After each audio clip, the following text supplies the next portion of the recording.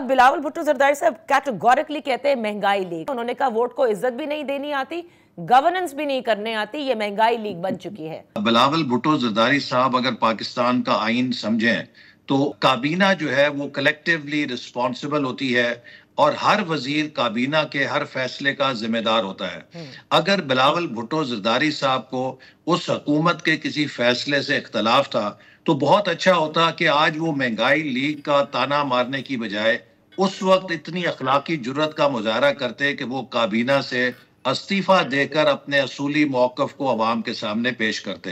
हकीकत यह है कि वो हुकूमत के आखिरी दिन तक हुकूमत के साथ रहे हैं और शहबाज शरीफ साहब ने हर फैसला अपने हलीफ जमातों की मुशावरत के साथ और इत्तेफाक राय के साथ किया है। उस हुकूमत के हर फैसले में पीपल्स पार्टी बराबर की शरीक है। और अगर गवर्नेंस की बात करना चाहते हैं तो मैं उनसे अदब से कहना चाहूंगा कि पीटीआई, पीपल्स पार्टी और मुस्लिम लीग नून तीनों ने पिछले 10 सालों में 3 सूबों पे हुक्मरानी की है।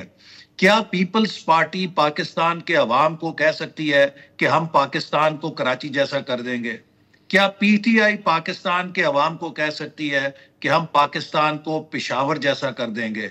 मुस्लिम लीग नून फख्र के साथ पाकिस्तान के अवाम को कह सकती है कि हम पाकिस्तान को लाहौर जैसा कर देंगे।